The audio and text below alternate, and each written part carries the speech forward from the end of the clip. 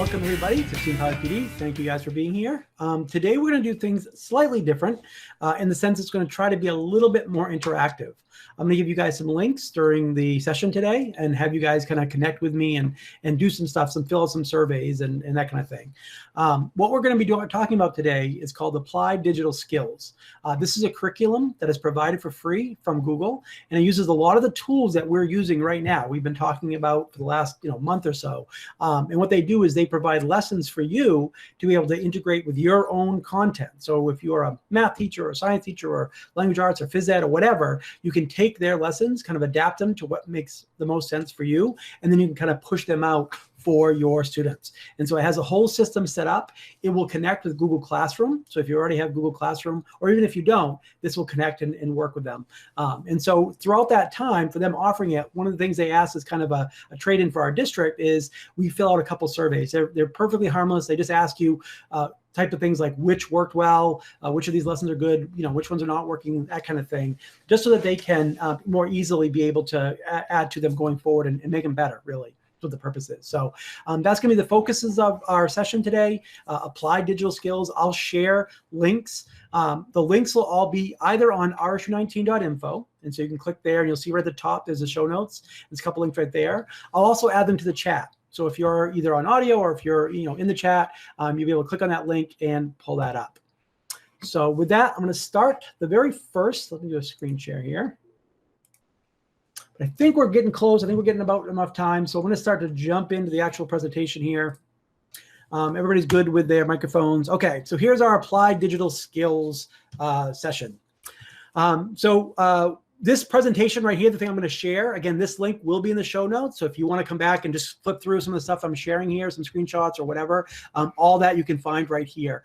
And this link will be, again, in the show notes. If you go to either rsu19.info, if you're in the district, or steampoweredlearning.org if you're outside, you can find all of these. If you want to share with your teachers, all this stuff is free and available. So if you want to share this with other educators, or if you think other educators will find this useful, as I said, I find this where we're at now, if somebody's gone through, let's say, every session we've had so far, we've had about, I think we're on a 31st episode right now. So that's quite a few, almost a month's worth. So if you're at that point and you're like, okay, what do? I want to take all these different pieces, all these individual components of what we've been learning and put them together. This is a great place to do that because it basically takes the individual pieces and it organizes them for you. So you're able to take your curriculum and kind of adapt it to what they've given you and push that out to your students. And so we'll go through that, what that looks like.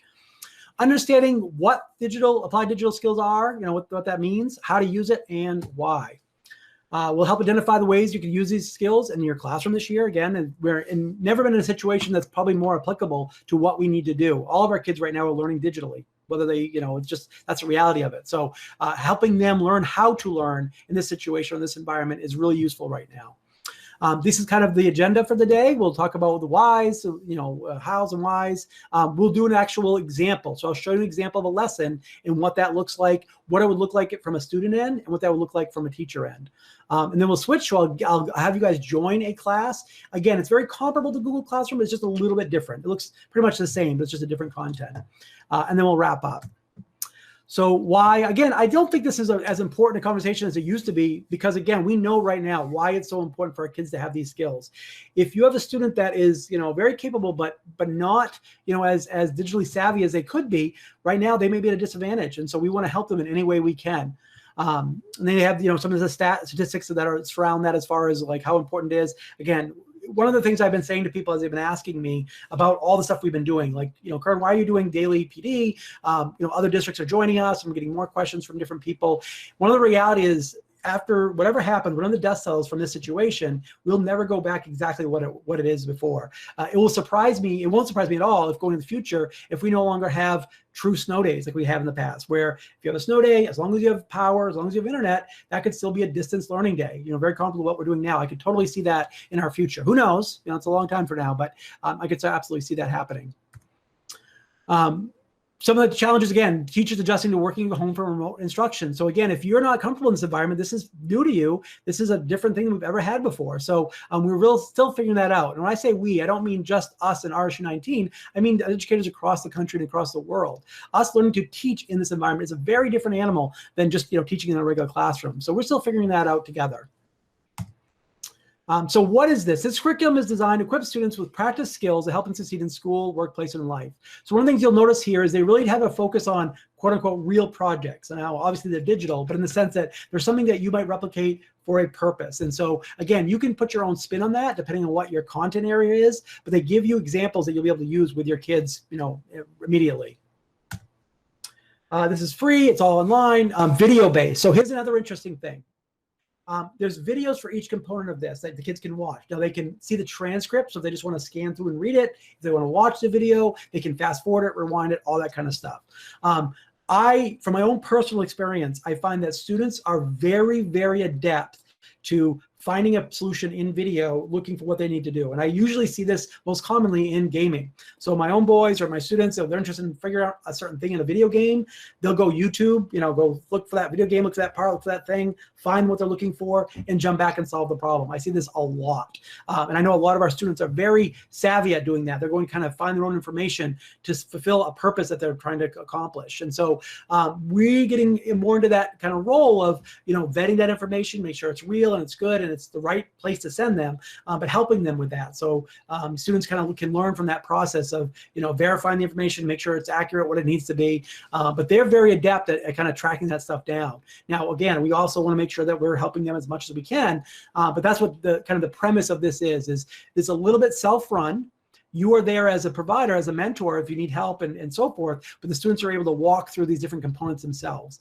And again, I do think this is unique in our situation right now, but also very important, with that ability to kind of go as fast or as slow as you need to learn that information. So if students need to watch a video and they can fly right through it, awesome, they have that ability to do that. Or if they need to slow it down and kind of walk through at their pace, no big deal. It's all designed for that very purpose. And again, right now in this situation where there's a lot of self-learning going on, I think that's more crucial than ever. Project-based learning as much as possible, again, so they can pause and rewind. There's 120 hours plus of lessons that you can adjust to any subject area. Digital skills, which is what we're going to be talking about, kind of the connected with the practical life skills that we know that kids need, again, now more than ever, as far as doing this virtually. And then the curriculum that you're providing kind of in between those two things. So you're kind of bridging that gap of the digital skill set with what they actually need to do and kind of making it fit your content. So just a couple of examples of this, dream vacation, you can use spreadsheets to kind of plan that out, which kind of makes sense. Produce a blockbuster movie, learning document formatting and graphic design, again, kind of realistic types of situations. Edit a piece of writing using programming code, which of course would be super fun. So these are designed to be in any order. Each lesson is its own unit that you can kind of pick and choose that make most sense. So if you already have your content organized and linear in a certain capacity, you could go through and basically pick, okay, I want this lesson, then I want that one. Oh yeah, this one makes sense to add to it. And you can kind of add those and subtract those as you need. So you're the one that's kind of managing how that's happening. They're just providing the bucket that you're originally pulling them from. And even then, when you pull that in, you can still adapt those any way you need. You just don't have to start from scratch. If you think about it in the perspective of, if you had a Google Classroom that had content just kind of waiting there for you that you could kind of pick and choose as you needed, that's where we're at. And so that's why I think it's so useful to have that now, that we're at a place now where I think teachers and students are more comfortable meeting virtually, doing some lessons virtually, all that kind of stuff. So now we're at a place we can kind of up our game a little bit and kind of grab, precast lessons and activities that are done that we can apply to our classrooms and for our students. Student mode. Okay, so now we're going to go into the process of what we need to do to what this looks like and how this works. So the first thing I'm going to do, I'm going to put this link in the show notes or in the chat here. So if you would go to this link right here, it's added to the chat. So this is applieddigitalskills.withgoogle.com. And if honestly, if you just Google applied digital skills, it will pop up. It'll be the first link here. It will look like this. And so what's going to happen is you're going to connect your account, your Google account, with this. And if you're an RSU19, you should be able to click connect and it should be all set. Outside the district, you will still be able to. It's just going to ask you, it's going to have to do that process of, do you allow, do you connect it, all that kind of stuff you typically do when you sign in with your Google account. So if everybody would do that, if you jump to applieddigitalskills.withgoogle.com or click that link that's in the chat, you'll pull up this page right here. It will look like this. And then once you're signed in, and once you clicked on this, in the upper right-hand corner, it will be blue. It will say sign in. Let me jump to a screen Let me sign out of this one so you can kind of see what it looks like here. It will look like this, and you're going to click sign in, and it's going to walk you through those steps. You know, do you sign in with your Google account? Do you connect it? All that kind of stuff. And when I ask you if you want to be a student or a teacher, the first time I'm going to ask you to be a student, because I'm going to have you join my class just to see what it looks like from a student's perspective. And then I'm going to show you how to switch it over to become a teacher.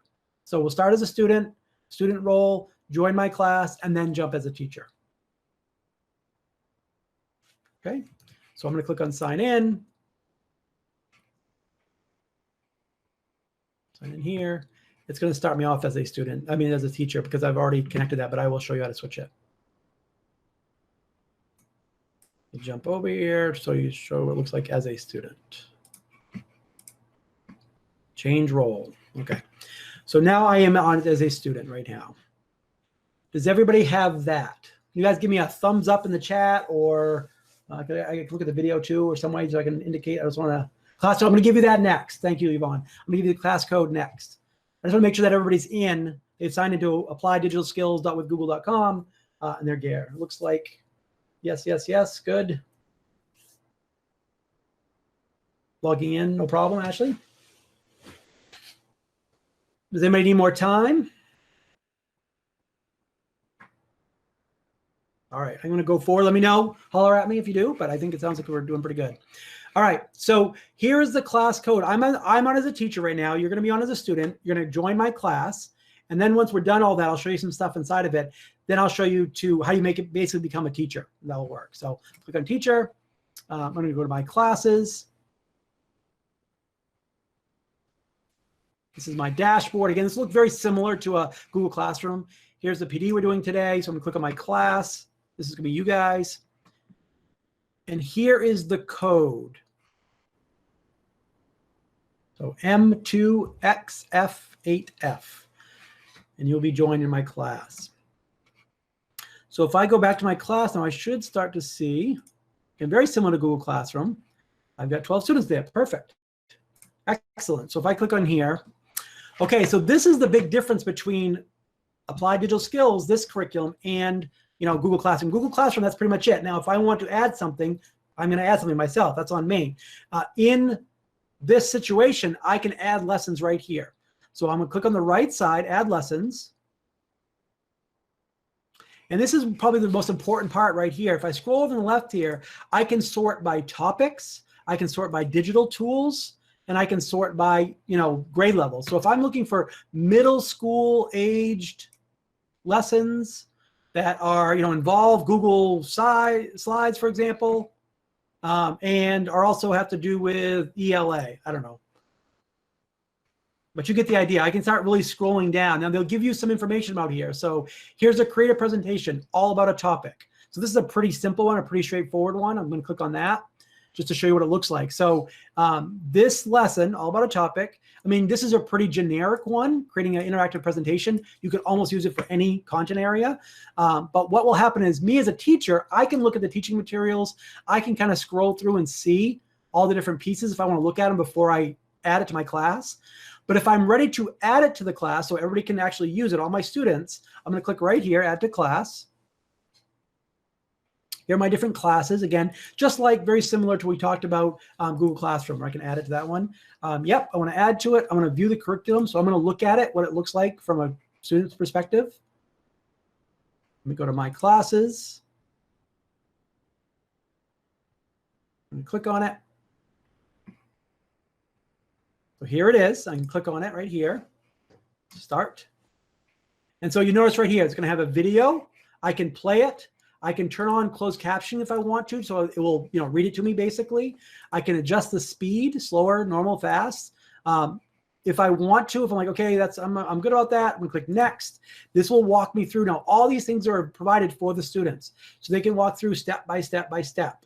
If they need to have a presentation, each component of it, each piece of this, we'll keep going through. Next, next. Over here on the right, see right here the instructions. Add 3 slides, entitle them, format them, text and images, preview your presentation in present mode. Make changes if you like. So this will walk them through the tutorial, the steps of how to do each piece. And so that's what we're doing here, and that's what will help them. And so I'll keep going through. Yep, I'm going to do all that. I create a new slide deck, I do those pieces, click next. I'm going to jump to the end just to show you what it looks like by the end piece. So when they're all done, here's some additional kind of extension. So creating word art, creating a master slide, adding a video, all these different pieces that you may or may not want your students to add to that. Again, that's up to you. Do you want to choose an extension to enhance the presentation? But these are options already built in. What I would do if I was teaching science class or health class or math class or whatever, I would say, use this tool to learn about doing a presentation, but your content's going to be on, biomes or on frogs or whatever your topic is, whatever your content is. This would be an easy way to do that. Okay. So if you would go up into the upper right-hand corner, click where it says student up here. Okay, scroll down to where it says my profile, like the second one down. So this is about you. And then right in the middle there, it will say account type, teacher or switch to student. So in your case, I'm already as a teacher. You should be as a student. I want you to switch to a teacher perspective.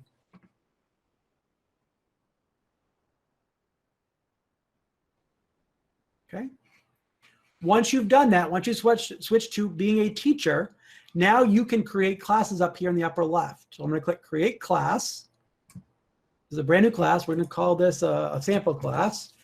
I can choose the color for it. What grade is this mostly for? Middle or high school or adult learners? I'll just do middle school here. Create this class. Okay, there's my code, as we talked about before. So this is a code for this new class, very similar to Google Classroom if you've used that before. Add lessons. I'm going to click right here, add lessons. And I'm going to choose the one that I want. Now, you've noticed here they've actually categorized some of them. So these are worth noting. So again, even just for yourself, teaching from anywhere. So these are lessons really meant for teachers, for educators. How do I sign in with Google? How do I create a class? How do I add lessons? How do I create quizzes in Google Forms? How do I organize files in Drive, a scrapbook? All these things are very typical types of lessons that will walk you through step by step for yourself, for, if you want to do this stuff with your students. Here's another one, learning from anywhere. So again, these might be more for your kids or for your students, but the same idea. How do they, introduction to Google Hangouts, tracking due dates and tasks in Gmail, creating a budget and sheets, organizing files, all these types of things that are very useful that you can kind of implement and push them out to your students if you think they need them. The one I'm going to ask you to add, if you would, is under, if you just search for, let me see the right one here.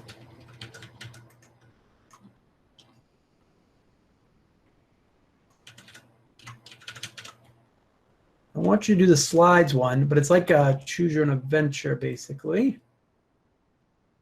This is a really good one to start with kids because it's interactive. They like it. They enjoy it. And it's also like it's using slides, which they're usually pretty comfortable with. I just want to make sure I give you the right one. Oh, yeah, if-then story. So if you search for if-then, spell it. Right here, write an if-then adventure story. So all this is, what this lesson is, this is a great one to start with kids, is basically you're using Google Slides to create a story that's going to go from, I'm going to mute this as you go through, but he'll walk you through different steps. But basically you're going to use a slide deck that you're going to have your character choose, a person that's watching your slide deck, choose what happens next. And there'll be 2 or 3 choices. They click a link. And instead of just going to the next slide, it will go to another slide set that's a little bit lower down. So it's kind of like the old-fashioned choose your own adventure stories, but the kids can build it themselves. And it's just a fun way to start with slides, but also it's really interactive. And you can do things like the example that they have. Here, let me jump down here. That they use is you go on a rainforest adventure for a vacation. Do a drive, walk, or paddle on a canoe. So they're actually doing like as if it's a graphic version of this that you can kind of walk through and choose what link you're going to next. When you do, you're staying in the slide deck. You're just going to a specific slide inside of that. So it's just a fun way to do that. As you're doing that, as your kids are working on those things, you as a teacher will see their progress. I can jump into, let me go back in here. If I go to my classes, if I jump into here, I can click on people over here on the left side, and I'll see my students right here.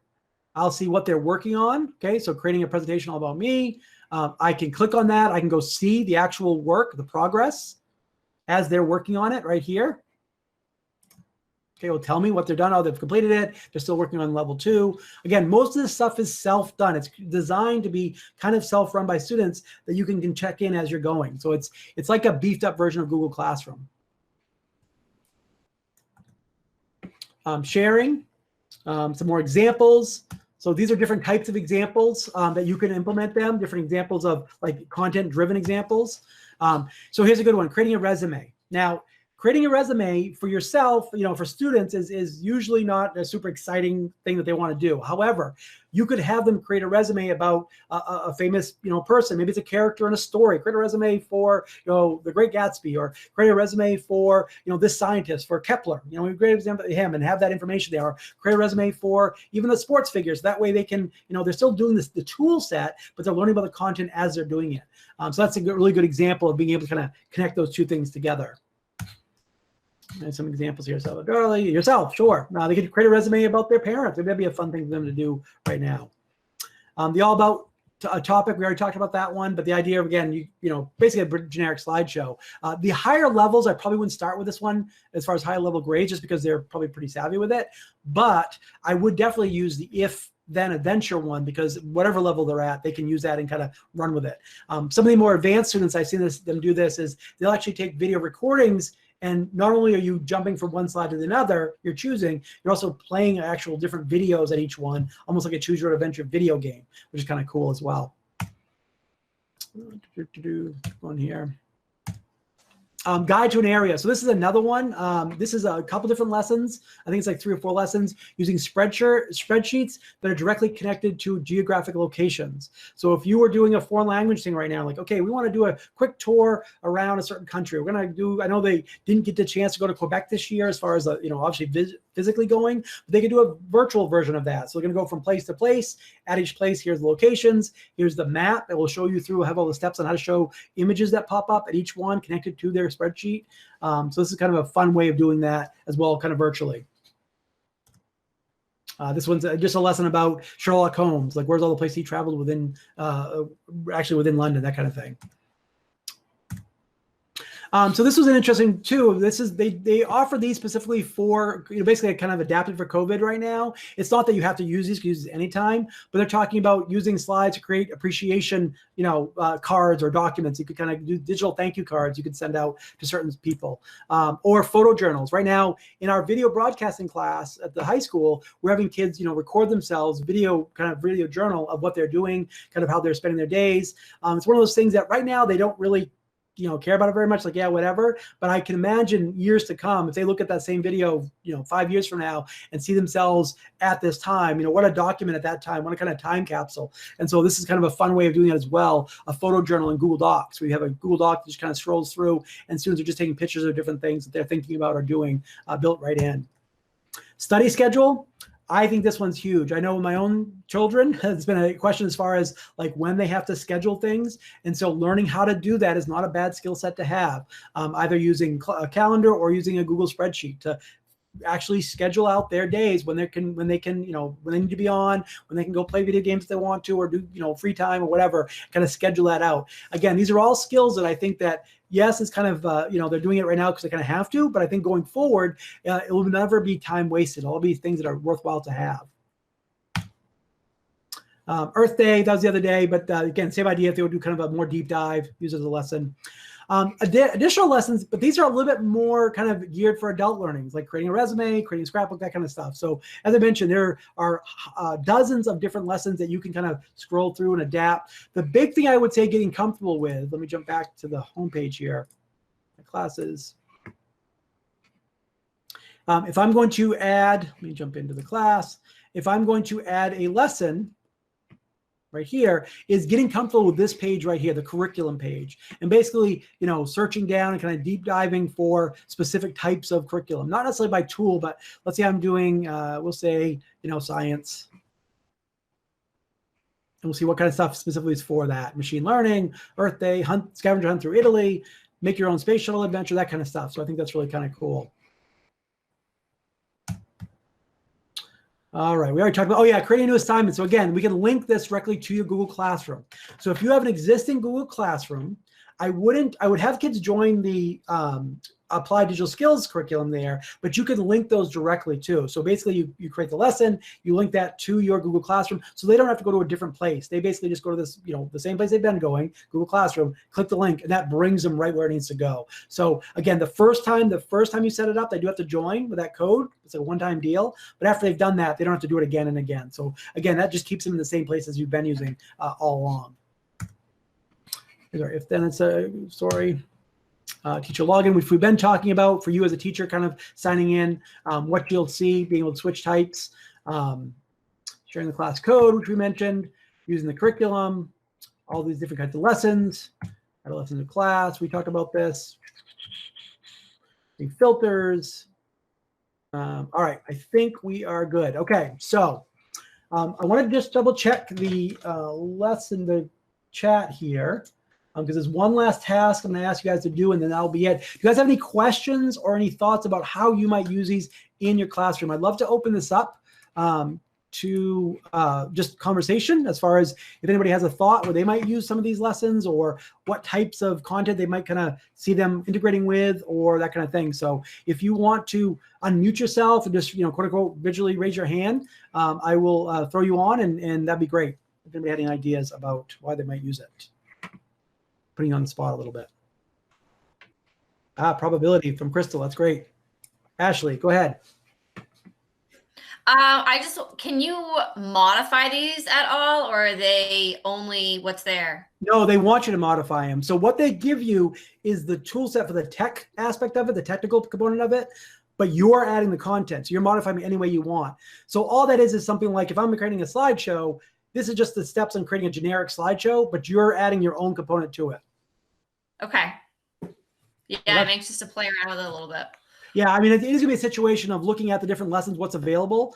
Crystal mentioned about a probability one. Once you dive in and kind of look at the different topics that are specific to you, that'll make more sense. Somebody else had a question here. Is there any system set up for whose territory this is, avoiding redundancy? Well, here's the thing. Okay, so if there were two teachers that if they were different content areas, but they were applying the same tools, like we're going to do a slideshow, for example. Well, again, there's nothing wrong with that. That doesn't mean the students have to redo everything. They can apply what they've already learned, but they just know how to do a slideshow going into it. They won't have to learn it on the way. They'll already have known that. So I don't think that'll be a huge issue. Because again, even if you're doing a choose, if then adventure slideshow, and I am too, they're totally different content. And so they're just all that means is in the second one, the students wouldn't have to learn how to do it. They know how to do it, or they should. So I don't think that'd be a huge concern as far as redundancy. That is a good question.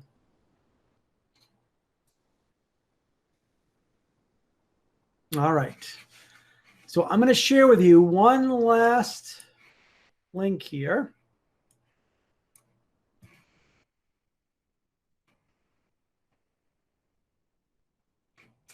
Put this in the chat. So this is the eval, and all this is for, as I mentioned again, it helps us in the sense of, there you go. This helps them in the sense that they use these to kind of going forward to make it better, basically, to make the, there we go. So that link is in the chat, bit.ly/appski evaluation, all caps. And you'll see it will look something like this. So you'll throw this in. I'm just going to ask you if you ever, used it before. What was your main goal? What grade levels do you teach? Curriculum challenges.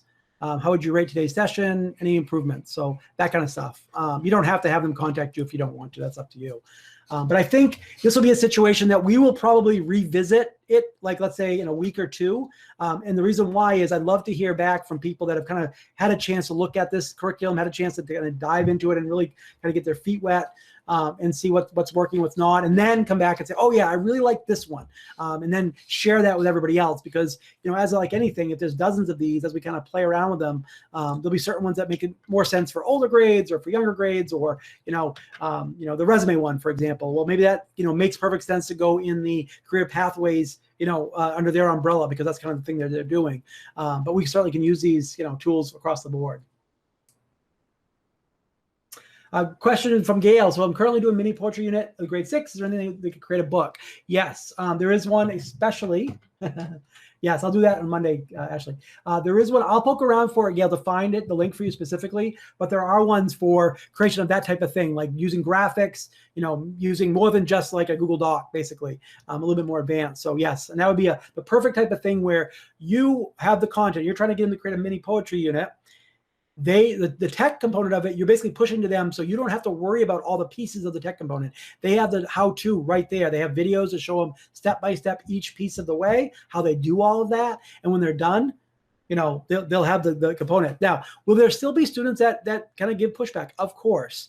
As I mentioned in another session, there's never been a better time for kids to have excuses to not do something right now. If a student says, "I can't do it," what are you going to do, right? If they want to have excuses to not be able to connect, if they want to have problems. Now, some kids absolutely do have issues. I don't, I understand that. But sometimes too, if they want to have an issue, there's never a way to push back on that as there ever has been before. So hopefully this will provide for them some of those how-tos, and for maybe a parent that's kind of sitting beside them, helping them out to go through some of the tech components of that if they need. And so we'll see going forward. I like to think that, again, most of our students, I would say about 6th grade on, have had some exposure to these. I know we were using some of these lessons in the 8th grade units in IT and integrated technology in RSU19.net. So hopefully that the kids have had some exposure before, so it's doesn't start from scratch. There was one question that I did want to address.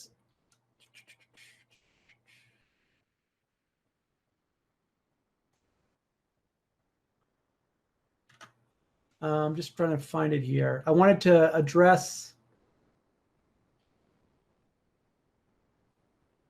Oh, right here. Oh, yes. Okay. So this is one of the questions that somebody asked. I'll just jump back here. So the question was about presenting, kind of like what I'm doing right now, showing your screen and being able to show, the video of you. And so you guys right now are probably seeing it where if I do a screen share, you'll see the big screen and see a little video of me beside that. And so if you join someone else that is presenting their screen, and let's say you as a teacher are presenting your screen in Google Hangouts, I click present, and there it is, and then I have the video beside me. That's the default view. And so the question was, how do I split my screen, so I can show something? And that's it's built into it. Now, on the student's end, if they're watching you, that's up to them how they want to watch it. So they can, at any point, if they go down to the lower right-hand corner, there's 3 little dots there, click on that, and you can choose different layouts. So they could choose one that has you big screen, or they could choose they have multiple people. You can't really control their layout, how they see you, as far as like they could choose different options. Now, what I would recommend if you're telling students which one should I choose, generally what I would say to them is go to the lower right-hand corner, click those 3 dots, and there's 3 choices there, different layouts. One of them is called Spotlight. And what that one does is that means that whoever's talking is on the big screen in front of them. So if you're talking to them, they'll see you. Or if another student asks a question and it pops up, their video will pop up for everybody. And so that's what I would use typically in class. Again, you can't control their layout. They can kind of pick and choose how they want to do that. But that would give you that option of having 2 screens. The video screen of you and the actual showing something. If you're showing a video or showing a website or a document or whatever it is, kind of side by side. So I did want to answer that question from yesterday. All right. And I think with that, if you haven't had a chance, please go ahead and finish that. That would be awesome. I appreciate that very much.